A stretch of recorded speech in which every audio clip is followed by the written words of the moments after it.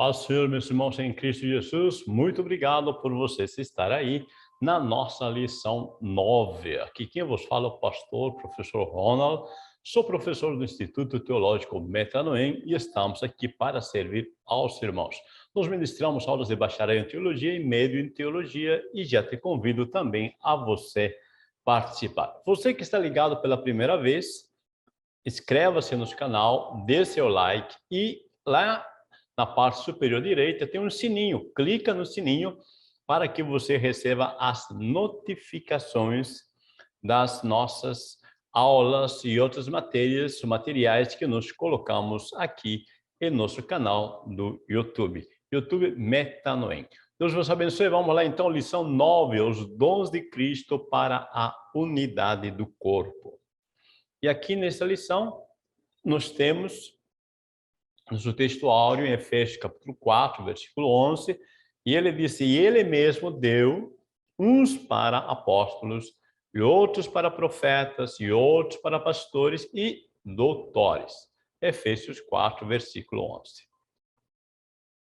A nossa verdade aplicada disse, os dons ministeriais foram distribuídos pelo Senhor, visando o aperfeiçoamento dos santos para a edificação da igreja. Então, aqui bem resumido já, o objetivo aqui desta lição, um objetivo geral, mostrar que os dons, foi dado para servir a igreja, aperfeiçoar os santos. Bom, 3 objetivos. Primeiro, apresentar Cristo como doador dos dons. Segundo, ensinar como as habilidades dadas por Cristo funcionam. E terceiro, explicar que o corpo de Cristo precisa crescer. Tem referência a Efésios 4, versículos 7, 8, 12 ao 14. Você lê aí no teu vídeo aí ou na tua Bíblia, ok? É só colocar um pause aí no vídeo e você pode ler. E nós vamos aqui para a introdução, disse, as riquezas da graça contemplam os variados dons ministeriais concedidos pelo Senhor, por intermédio do Espírito Santo, à sua igreja. Esses dons foram dados para que cada membro seja aperfeiçoado, visando a edificação do corpo, até que cheguemos à medida da estatura completa de Cristo.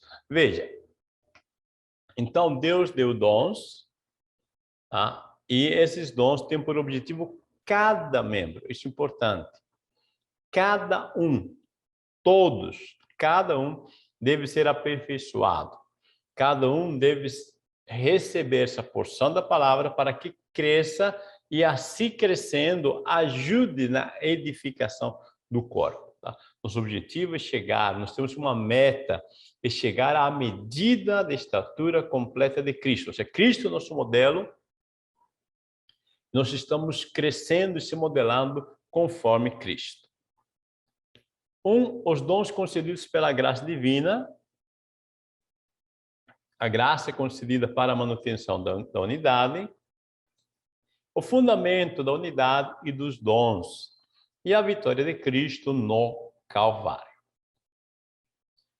Os dons concedidos pela graça divina. Por sua graça, Deus tem concedido a cada cristão, membro do seu corpo, a capacidade de contribuir com todo o sistema.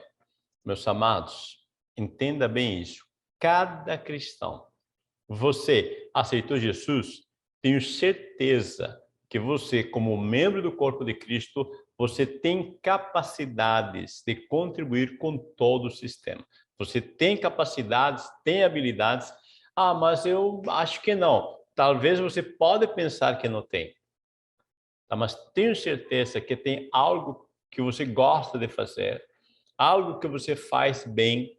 Talvez você não faz perfeito, tá? Mas a perfeição é algo que praticamente não existe, né? Perfeição é justamente um padrão elevadíssimo.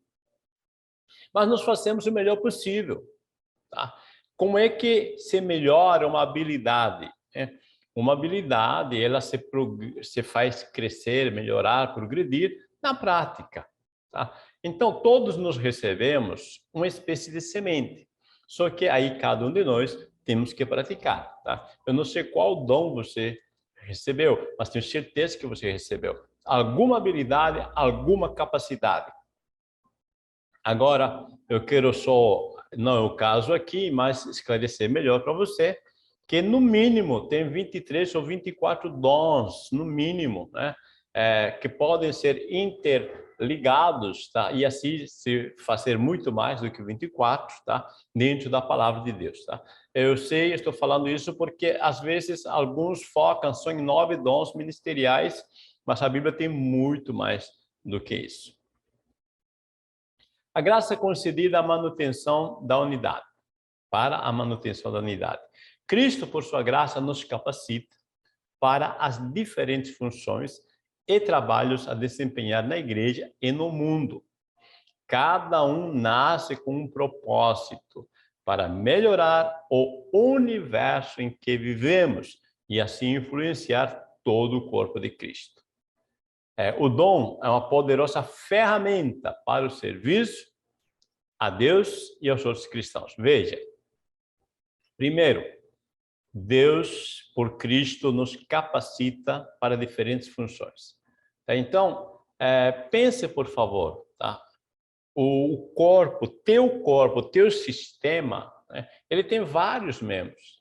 E cada membro tem uma função.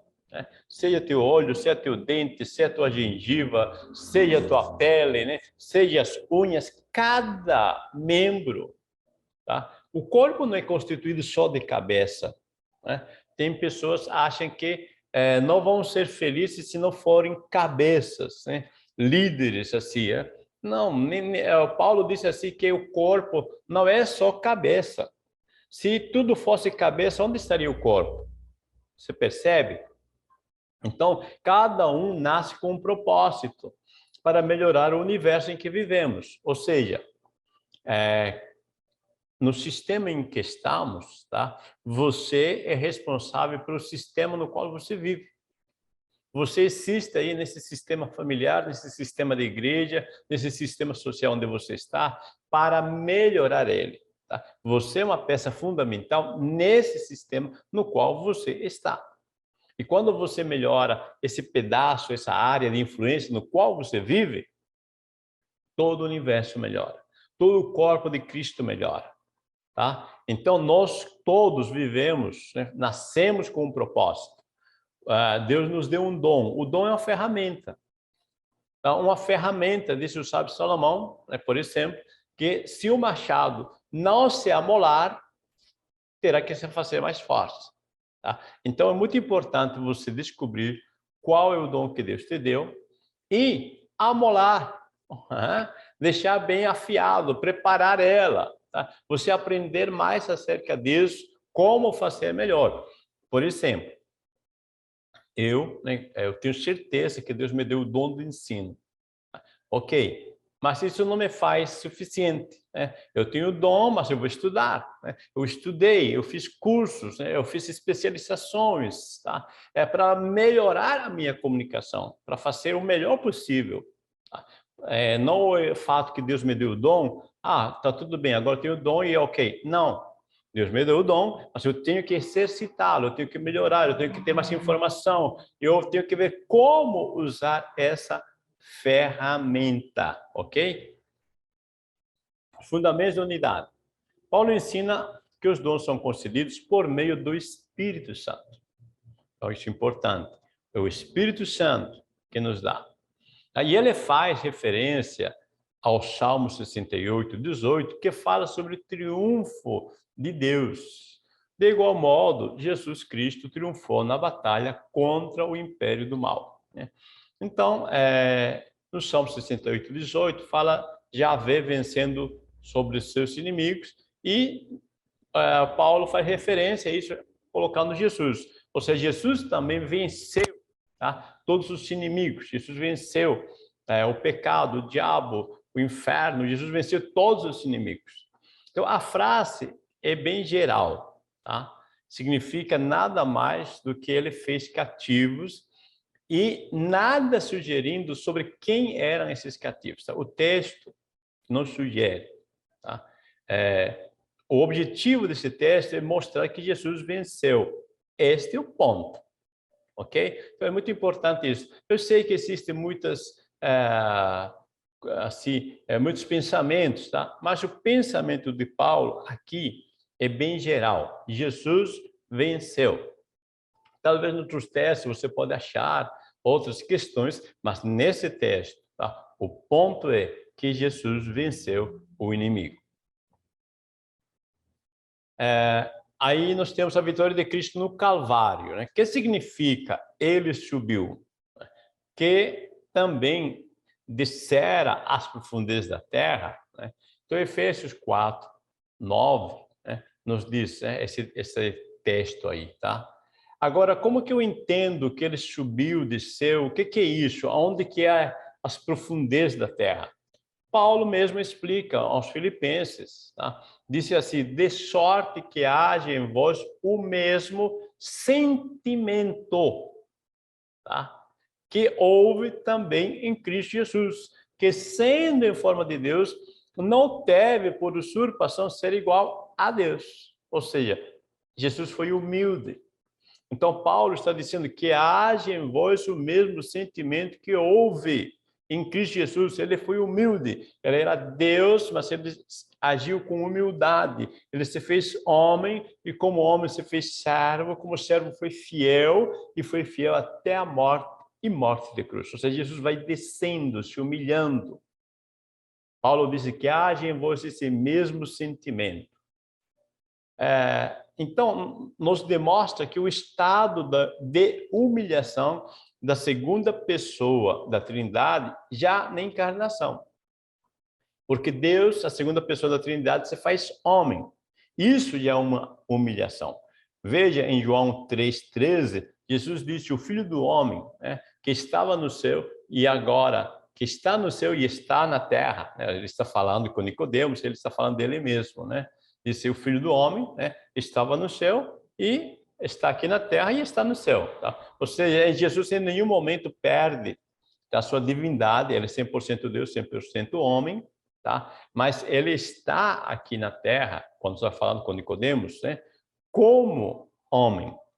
Isso já é uma humilhação. Então, quando diz que desceu às profundezas da terra, está dizendo ao estado último da humilhação. Você faz homem, você faz servo, como servo obediente, e obediente até a morte, e a pior morte, de cruz. Tá? Então, ele desce ao máximo da humilhação. Por causa disso, também Deus lhe deu um nome que é soberanamente sobre todos os nomes. Então, aí vai o texto, vai ao oposto, né? Jesus desce, por causa que Jesus desce, ele também é exaltado acima de todo nome. Dons, produzir a unidade do corpo. Apóstolos e profetas, evangelistas, pastores e mestres. Veremos agora como era a estrutura da igreja primitiva e como era administrada. Os apóstolos tinham autoridade em toda a igreja. Bom, quando nós falamos agora do ministério apostólico, vamos esclarecer aqui, ok? Primeiro, nós sabemos que houve, né, aos 12 apóstolos que foram testemunhas oculares. Né? Pedro ele enfatiza bem isso em Atos 1:22, quando disse que estes, tá, devem ser esses 12, quem faz parte dos 12, deve ser alguém que, começando desde o batismo de João até o dia em que Cristo foi recebido em cima, ou seja, a ascensão. Então, Pedro disse, aqui está falando da substituição de Judas, né? Disse: vamos escolher um para ser apóstolo, só que esse apóstolo tem que ser alguém que testemunhou, tá, visualmente, pessoalmente, todo o processo do ministério de Jesus desde o batismo, tá, até a ascensão. Tá? Então, escolher um, né, nesse momento. Agora, depois disso, né, não tem mais, né, pessoas, tá, que têm esse cargo de apóstolo nesse quesito, nesse parâmetro. Tá? hoje tem muitos apóstolos, né? Tem títulos de apóstolos, mas que foram testemunhos oculares, não. Então, tem um tipo, biblicamente, dos 12, que são exclusivos, os 12 apóstolos. Agora, existe o ministério apostólico, tá? Porque o que é um apóstolo, né? É alguém enviado pela igreja. Você vai ver que Barnabé é apóstolo, Paulo é apóstolo. Por quê? Porque a igreja os envia para plantar igrejas. Então, um apóstolo é um plantador de igreja. Paulo disse assim: eu plantei, né? Eu vos gerei. Tá? Então, Paulo disse assim: eu iniciei essa igreja. Né? E ele disse que ele plantava não em fundamento alheio, né? Ele edificava a igreja não em fundamento alheio, ou seja, ele ia no zero. Tá? Apóstolo é isso. Aliás, o termo apóstolo é do grego. Tá? Quando é traduzido para a Vulgata Latina, vem como missionário. A verdadeira função de um missionário é o ministério apostólico, qual é iniciar igrejas onde não tem, tá? Iniciar igrejas do zero, tá? Isso é o ministério apostólico, isso é o ministério do missionário, ok? Evangelistas. O dom do evangelista consiste em proclamar as boas novas da salvação onde quer que o Espírito o enviasse. Então, você vai ver em Atos 8, 5 e 6, que descendo Filipe à cidade de Samaria, lhes pregava a Cristo e as multidões unanimemente prestavam atenção ao que Filipe lhes dizia, porque ouviam e viam os sinais que ele fazia. Aí, Atos 21, 8, testifica que Filipe era evangelista. Tá? Então, um evangelista tem essa função, tá? Proclamar a palavra em todos os lugares que o Espírito Santo lhe direciona. E normalmente, tá? Normalmente existe a manifestação, né, dos milagres, dos sinais, porque isso testifica a palavra do evangelista. Tá? Pode ser uma cura física, uma cura emocional, uma libertação espiritual, mas de alguma forma esta palavra traz resultado, ok? O evangelista é um proclamador do evangelho. Agora é muito interessante isto, tá? Porque o evangelista ele ganha multidões de pessoas, mas ele não pastoreia, né? Ele somente ganha, tá? Ele ganha e entrega isso ao pastor. Então, um evangelista ele vai ministrando, vai pregando, tá? É como um braço da igreja, ok? Pastores e mestres, né? O pastor era literalmente aquele que cuidava da igreja como um pastor de ovelhas, tá? Como que faz um pastor de ovelhas? O salmista diz, né? Ele dá água fresca e pasto verde, né? E Jesus disse que o bom pastor dá a sua vida pelas suas ovelhas, ou seja, cuida. Então, e isto que é o processo, tá? O papel, a função do pastor, tá? Que é cuidar da sua ovelha, cuidar dos membros, né? Todo pastor sensato sabe que quanto mais ele investir nos seus membros, lhes dar mais ensino de qualidade, lhes dar o melhor da palavra, essa igreja vai crescer saudavelmente, ele vai ter saúde também, porque a igreja não vai gerar problemas que não sejam facilmente resolvidos, porque toda igreja está bem alimentada. Tá? Então, pastor, né, ele dá um prosseguimento ao trabalho do evangelista. Né? O evangelista ganhou as almas, o pastor vai cuidar. Aí vem o mestre. Tá? O mestre tinha a incumbência de transmitir os relatos da vida de Jesus. Em Atos 13:1, diz que havia na igreja de Antioquia profetas e mestres. Então, a função, o ministério de mestres existe, tá, dentro da igreja primitiva. Né? Barnabé, Simão, chamado Níger, e Saulo, né, são colocados assim como mestres. Tá? Então, é interessante que a palavra de Deus nos mostra, tá, que existe o ministério de mestre, e esse ministério de mestre é um apoio ao pastorado. Né? Então, temos o evangelista, ganha as almas, o pastor vai cuidar, o mestre vai ensinar. Tá? O dom de mestre, né, ele traz consigo, né, o dom da ciência, do conhecimento, a palavra da sabedoria, ou seja, capacidades especiais para se transmitir essa palavra, para se fazer compreender essa palavra. 3. A razão e os objetivos dos dons ministeriais. O aperfeiçoamento dos santos, a edificação do corpo e o crescimento com maturidade. Disse então o texto, ele dotou aqueles que são chamados para que edifiquem seu corpo, a igreja. Tá? Como eu já disse, né? Por exemplo, o dom de mestre, né? Deus dá o dom de mestre, né? Essa capacidade de comunicação, também dá o dom do conhecimento para conhecer, para absorver, né? E a palavra de sabedoria para organizar todas essas questões. Tá? Então, Deus chama, Deus capacita, tá? Todos têm um chamado e todos têm as capacidades. Agora precisa descobrir-se. Aperfeiçoamento dos santos. O apóstolo ensina que os santos sejam colocados em condições adequadas para liderar, conduzir, cuidar e instruir o corpo de Cristo. Veja só. Então, todos esses dons ministeriais que falamos, tá? Seja um apóstolo, seja um mestre, seja um pastor, né? Olha, todos os dons, ser um evangelista, todos esses dons não são simplesmente para esses líderes fazerem, tá? Mas um apóstolo ensina a outro como fazer também o plantar igrejas. Um evangelista ensina aos outros como evangelizar. Um pastor ensina as ovelhas como cuidar dos outros também. Tá? E os mestres ensinam como ensinar. Tá? Então, esses apóstolos não são para serem líderes simplesmente só eles. Não, eles existem para transmitir essas lideranças, tá? Gerar apóstolos, gerar evangelistas, tá?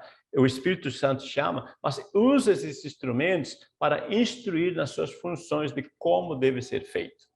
Então, ele concedeu alguns para que treinem os membros, tá? São chamados para servir a igreja.